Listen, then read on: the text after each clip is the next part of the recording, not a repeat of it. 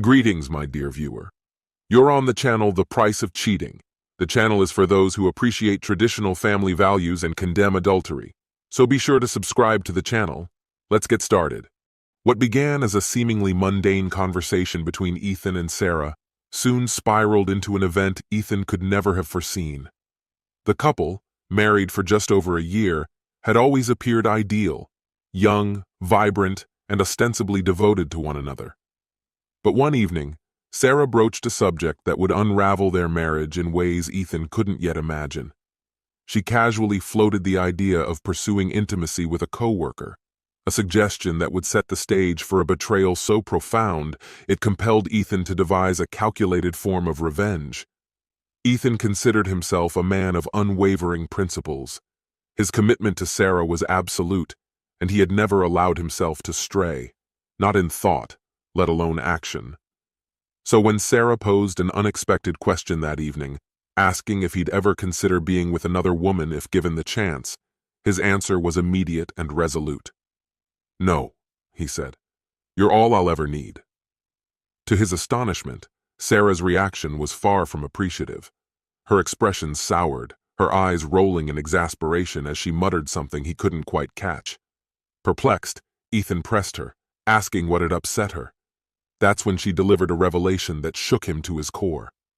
"Seriously? Not even once?" she said, her tone laced with incredulity. "I find that hard to believe, Ethan. Before we got together, you had plenty of experience. I've barely had any." She hesitated briefly before continuing. "There's this guy at work. He's incredibly attractive, and I've been thinking about maybe hooking up with him. Just once, maybe more." Ethan's stomach turned. The woman he thought he knew, the one he had pledged to love and honor, was revealing a side of herself he couldn't recognize. Struggling to process her words, he sat frozen as Sarah's tone grew more assertive. "You have to understand," she continued, a sly smile playing on her lips. "One person can't fulfill all my needs. This is purely physical, nothing emotional." Ethan's disbelief quickly gave way to anger. Unease gnawed at him until, against his better judgment, he did something he never thought he'd do. He looked through her phone. His hands trembled as he scrolled through her messages and photos, uncovering far more than he had feared. Explicit texts and intimate images had already been exchanged with her coworker, evidence of a boundary already crossed. When Ethan confronted her, Sarah didn't deny it. Instead, she dismissed his anguish with startling indifference. "Yes, I've been sending him pictures," she admitted bluntly. "He's different from anyone I was with him. But it's just physical intimacy, Ethan. I still love you. I just need to explore this. Get it out of my system." Ethan's world crumbled. The woman he had married now seemed unrecognizable, callous, selfish, and consumed by her desires. When she suggested an open relationship, as though it were a minor adjustment, he was devastated. "You could have fun too," she added nonchalantly, ignoring his visible pain. But Ethan didn't want fun. He wanted her. As the days passed, Sarah's audacity only grew. She openly planned a weekend getaway with her coworker, rationalizing her actions with twisted logic. "You've always liked our role plays," she teased. "Maybe you'll enjoy this too. I could even record it for you." For Ethan, this was no game. It was a nightmare from which he couldn't wake. Sarah even suggested introducing him to her friends, hoping he'd embrace her version of freedom. She couldn't understand why he refused to pursue other women while she indulged in her coworker. The situation reached its breaking point one Saturday morning. Sarah, preparing for yet another rendezvous, asked Ethan to take provocative photos of her. "Don't be so uptight," she chided when he hesitated. Begrudgingly, he complied, each click of the camera further stoking his fury. When she left without so much as a goodbye, Ethan felt something inside him snap. That night, Sarah didn't return. When she finally came home, she recounted her escapades with shocking candor. "Two guys this time," she said with a smirk. "I know you didn't approve, but what's the harm? It was just fun." Ethan stood paralyzed, his emotions a maelstrom of heartbreak and fury. The woman he loved was gone, replaced by someone driven by reckless lust and blatant disregard for his feelings. In that moment, He realized he couldn't salvage what they had, but he could retaliate. Instead of confronting her outright, Ethan channeled his pain into a meticulous plan. He began by saving every explicit photo and message Sarah had exchanged with her coworker. Then, he reached out to the coworker's girlfriend, sowing seeds of doubt and encouraging her to question her partner's fidelity. Soon, cracks began to form in their relationship. Ethan didn't stop there. He started spreading rumors within Sarah's workplace, crafting whispers about her affair that soon gained traction among her colleagues. Oblivious to the storm brewing around her, Sarah continued her escapades, unaware of the damage to her reputation. The final blow came one evening when Sarah returned home after yet another tryst. Ethan waited calmly, his expression unreadable. "We need to talk," he said. Sarah, dismissive as ever, barely acknowledged him, but his next words froze her in her tracks. "I've spoken to your coworker's girlfriend," he said evenly. The look on her face confirmed it. The game was over. She could feel her world collapsing around her. Ethan had been meticulous in his approach. "I've had conversations with your colleagues," he began, his voice sharp and distant. "Even your boss has expressed concerns about your behavior." Then, delivering the final blow with a chilling calmness, he said, "I've already filed for divorce." The color drained from Sarah's face as Ethan presented the damning evidence he had gathered. She wanted to argue, to defend herself, but the steely determination in his eyes stopped her cold. "You've destroyed everything," he declared, his tone devoid of warmth, "and you're not walking away unscathed."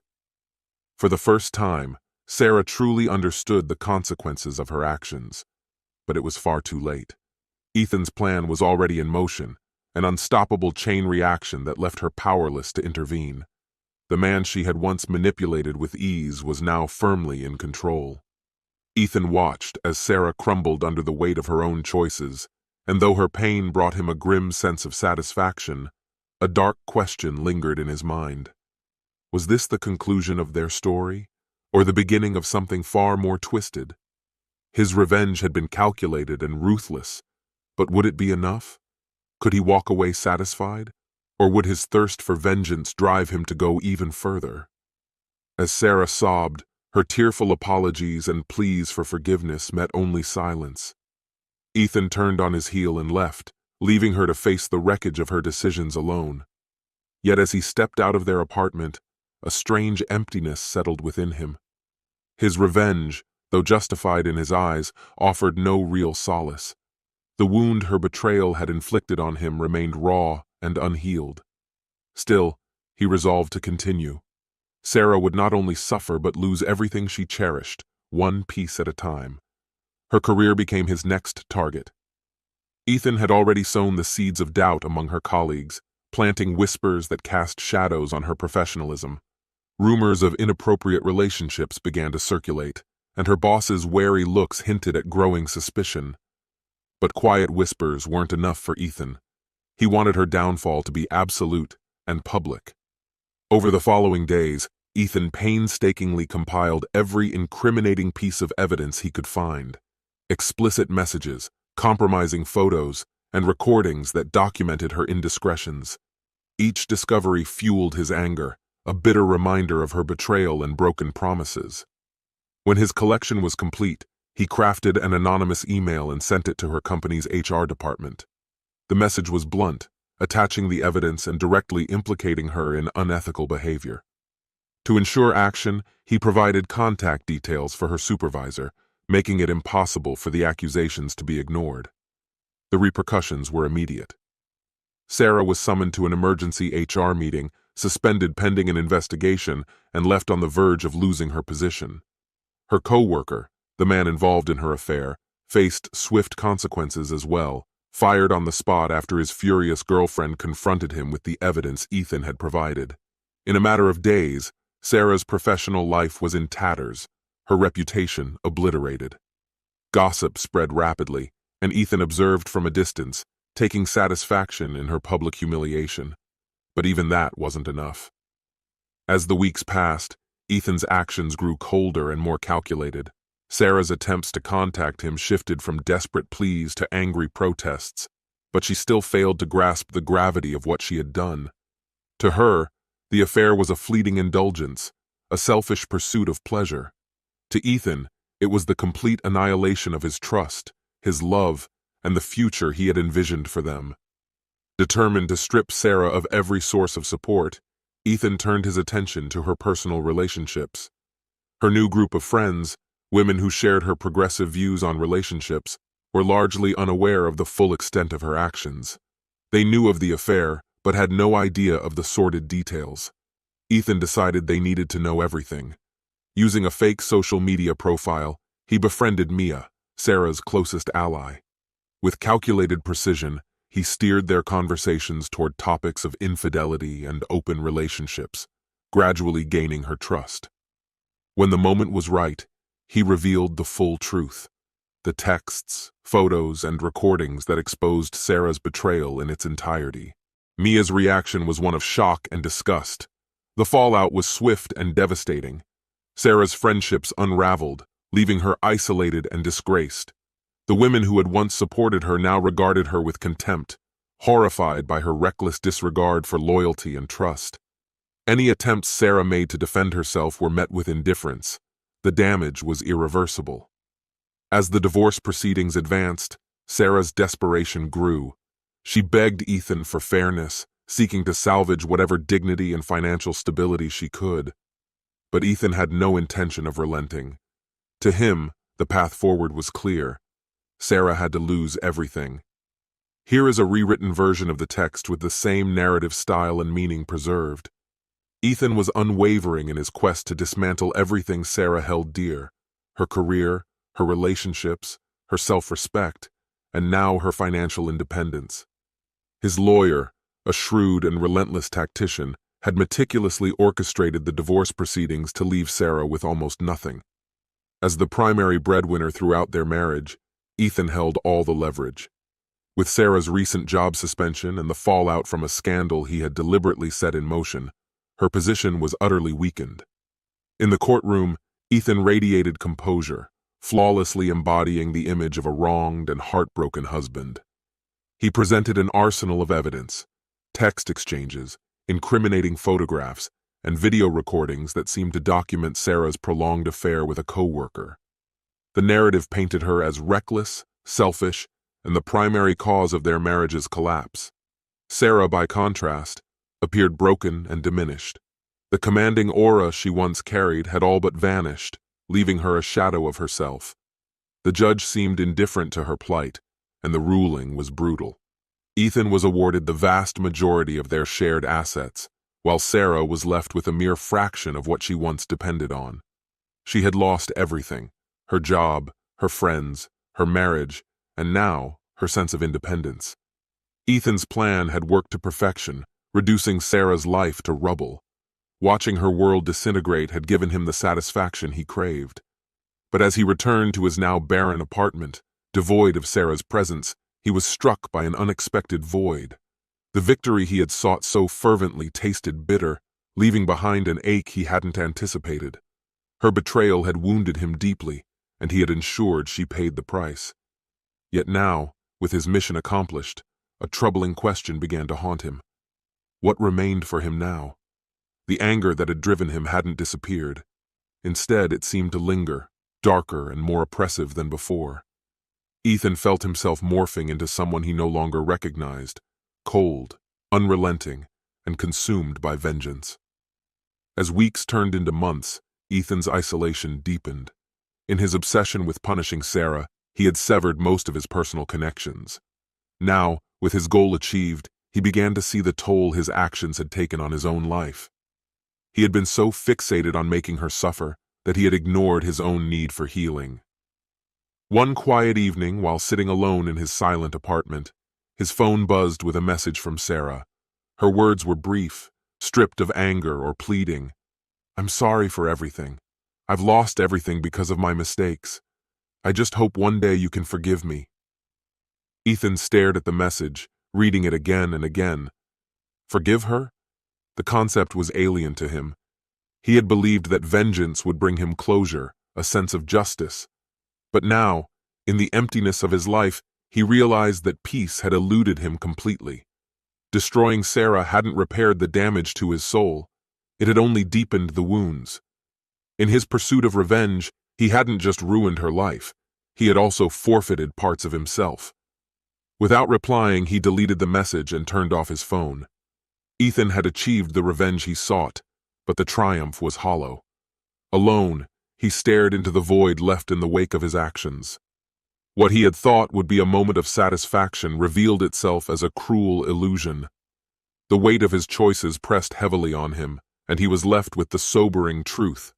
Revenge, no matter how gratifying it seems in the moment, can never truly heal the pain of betrayal. This concludes the story. If you like it, then put your powerful like and subscribe to the channel. Greetings, my dear viewer. You're on the channel The Price of Cheating. The channel is for those who appreciate traditional family values and condemn adultery. So be sure to subscribe to the channel. Let's get started. The evening air carried the mingled fragrances of freshly mown grass and the sweet perfume of blooming roses, a hallmark of the serene neighborhood of Riverbend. Stephen Westbrook, a 35-year-old software engineer, stepped out of his car and let his gaze linger on his house. The modern two-story structure, with its broad windows and perfectly manicured lawn, embodied the life he and his fiancée, Samantha Sullivan, were building.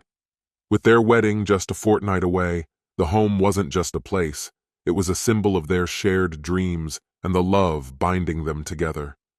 Stephen inhaled deeply, attempting to dispel the lingering stress of a grueling day at work. His recent days had been consumed by long hours at the office as he quietly worked on a surprise honeymoon to Santorini, a gift he'd been meticulously planning for months. As he made his way up the driveway, a subtle movement in the living room window caught his attention. His heart quickened momentarily, hoping it was Samantha eagerly awaiting him. However, the sight that greeted him when he opened the door stopped him in his tracks. Samantha stood in the doorway, her dark hair swept into an elegant style. She wore a sleek black cocktail dress paired with sheer stockings and high heels, the ensemble accented by a string of pearls glimmering softly in the evening light. Though she looked stunning, something was undeniably amiss. Her expression, marked by tension and uncertainty, betrayed her outward composure. "Wow," Stephen said, his voice a mixture of admiration and confusion. "You look amazing. Did I forget about a special night?" Her lips curved into a strained smile as she gripped the doorframe. "No, Stephen," she replied, her voice wavering. "You didn't forget anything. We need to talk." A chill settled in Stephen's stomach. The last time she had uttered those words, it was about a spat with her best friend. This time the words felt heavier, more ominous. Looking past her, he noticed a travel bag resting near the door. "Are you going somewhere?" he asked, nodding toward it. Samantha hesitated, her shoulders stiffening. I'm heading out for the weekend," she murmured, her voice barely audible. Stephen's brows knitted in confusion. "What? The wedding is just 2 weeks away? What could be so urgent now?" She folded her arms as though steeling herself. "I've been feeling overwhelmed," she confessed. "Between the wedding, work, and everything else, I need space to clear my head." His confusion gave way to suspicion. "Space," he repeated, his tone edged with disbelief. "And you decided this without talking to me? Where exactly are you going?" "A hotel downtown," she said quickly, avoiding his gaze. "Alone?" Stephen pressed, his voice rising slightly. Her hesitation was brief but damning. "No," she admitted, barely above a whisper. "I'll be with a friend."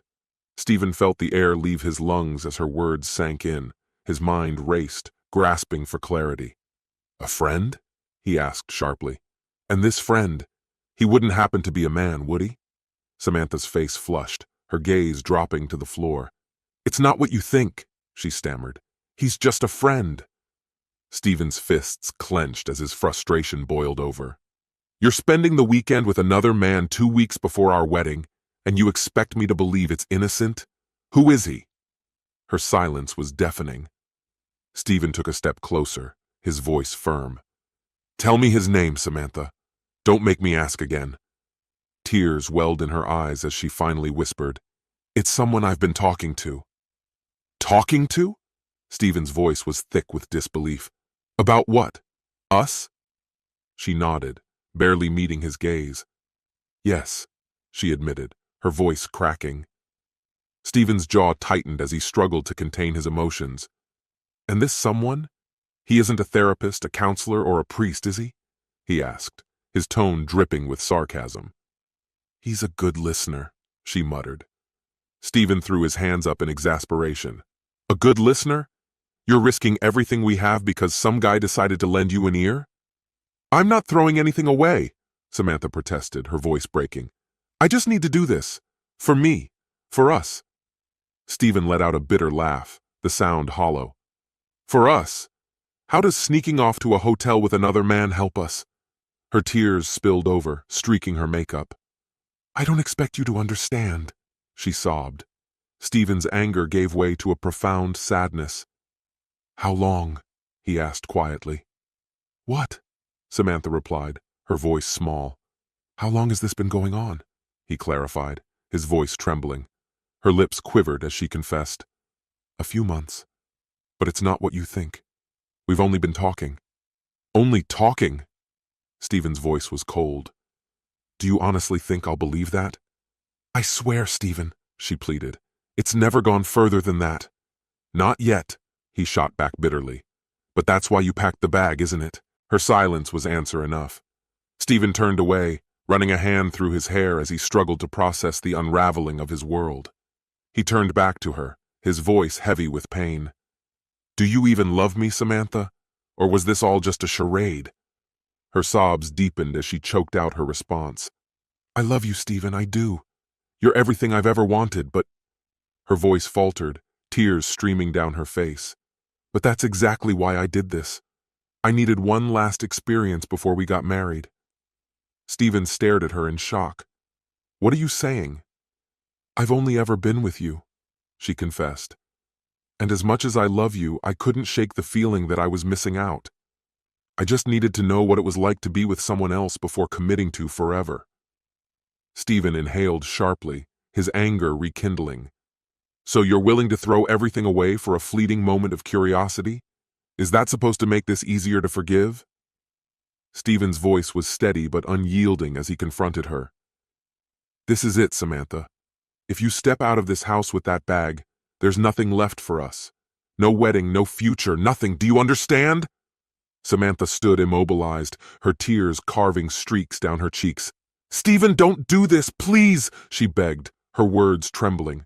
He shook his head, cutting her off with a sharp finality. No more lies, no more excuses. Make your choice.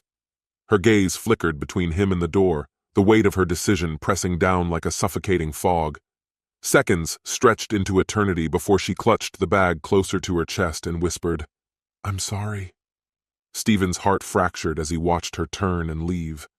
The click of the door closing behind her echoed like a gavel, sealing the end of their shared dreams.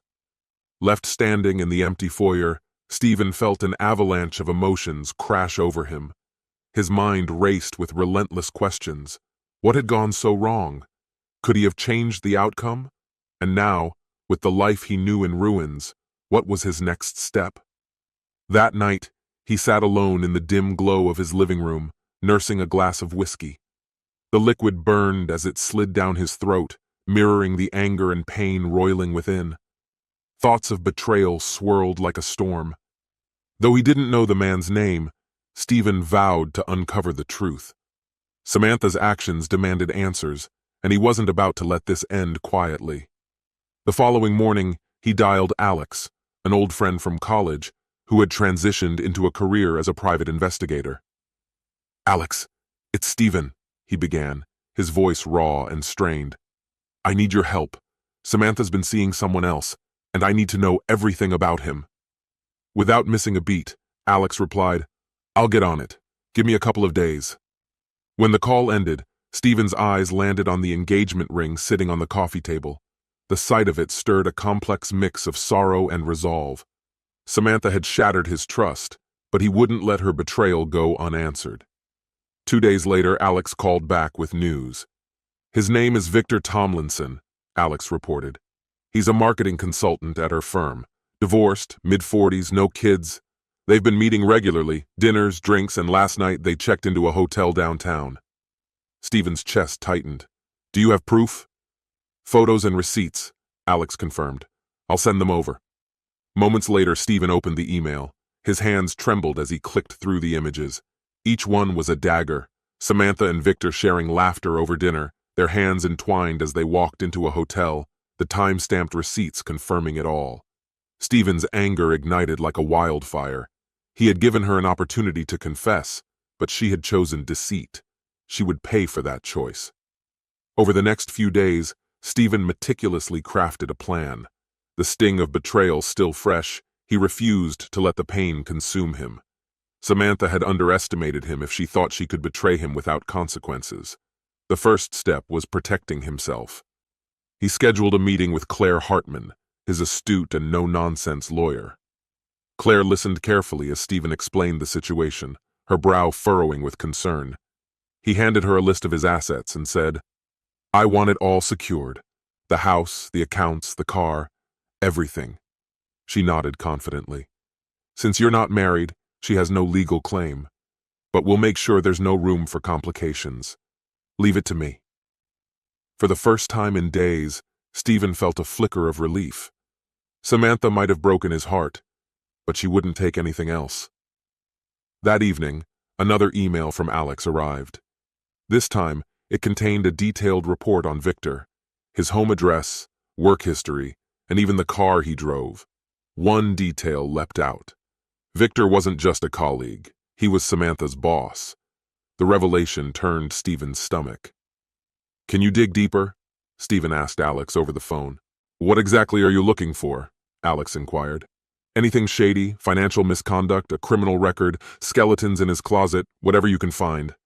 Alex chuckled darkly. Consider it done. The next day, Stephen set his plan in motion. Using a fake email account, he attached the incriminating photos and crafted a scathing message. He sent it to Samantha's family, closest friends, and co-workers. But he didn't stop there. The photos were forwarded to a popular gossip blog notorious for exposing workplace scandals. Within hours, the story broke with the headline, Marketing Boss Caught in Affair with Engaged Employee. The fallout was immediate. Samantha's phone was inundated with calls and messages. Friends and family bombarded her with questions and condemnations. Her mother left a voicemail laced with anger and disappointment. Stephen observed from afar as the carefully constructed facade of Samantha's life began to crumble. But Stephen wasn't finished. Later that week, Alex called back with a triumphant tone. You'll love this, he said. Victor's been embezzling funds from the company. Nothing obvious, but over time he's skimmed a significant amount. Stephen's lips curled into a cold smile. Perfect. He forwarded the evidence to the company's HR and legal teams. It didn't take long for them to act.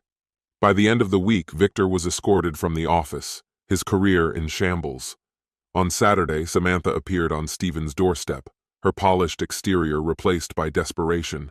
She pounded on the door until Stephen finally opened it, his face an unreadable mask. What do you want? He asked coldly. Tears streamed down her face as she stammered, Stephen, I made a mistake. Please. I made a grave error, one I can never undo. But my love for you never wavered. Samantha's voice quivered, her eyes glistening with remorse. Stephen let out a sharp, mirthless chuckle. Love? Is that what you whispered to Victor when you snuck into his hotel room? Her face paled, as though struck by his words. It wasn't like that. Don't even try! Stephen cut her off, his tone booming, his fraying patience giving way to raw fury. I gave you every opportunity to be honest, but you chose deceit. You chose to walk away. You've destroyed everything we had, he pressed on, his voice breaking as he spoke. Samantha sank to her knees, tears cascading down her cheeks. I was confused, Stephen. I didn't know what I wanted then, but I do now. It's you. It's always been you. She raised her tear-streaked face to him, desperation etched in her features. Please let me fix this.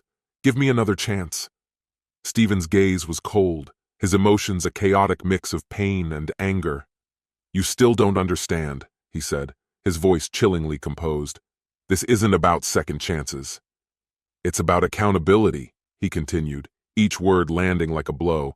You didn't just hurt me, you humiliated me. And now, you're finally reaping what you sowed." Samantha's cries grew louder, her voice cracking with desperation. "I'll do anything, Stephen. Anything." He bent down, meeting her eyes, his voice low but laced with venom. "You've already done enough." Straightening, he motioned to the sidewalk. "Get up, leave, we're finished." The final cut came days later. Stephen sent proof of Samantha's affair with Victor to her company's CEO. While Samantha wasn't implicated in Victor's embezzlement, their relationship was scandalous enough to destroy her reputation. Her firing was swift and merciless. Through mutual friends, Stephen learned Samantha had moved back with her parents, unable to manage her expenses alone. Victor's fate unraveled even faster. His finances came under investigation, leading to a full-blown inquiry. As the months rolled on, Stephen began to rebuild the life that Samantha's betrayal had shattered. He sold the engagement ring he had once offered her, donating the money to a local nonprofit. The home they had shared was listed for sale, and Stephen moved to a new area, determined to start fresh. One quiet afternoon, as he sipped coffee on the balcony of his new apartment, his phone vibrated with a message. It was from Alex. "Victor's been sentenced.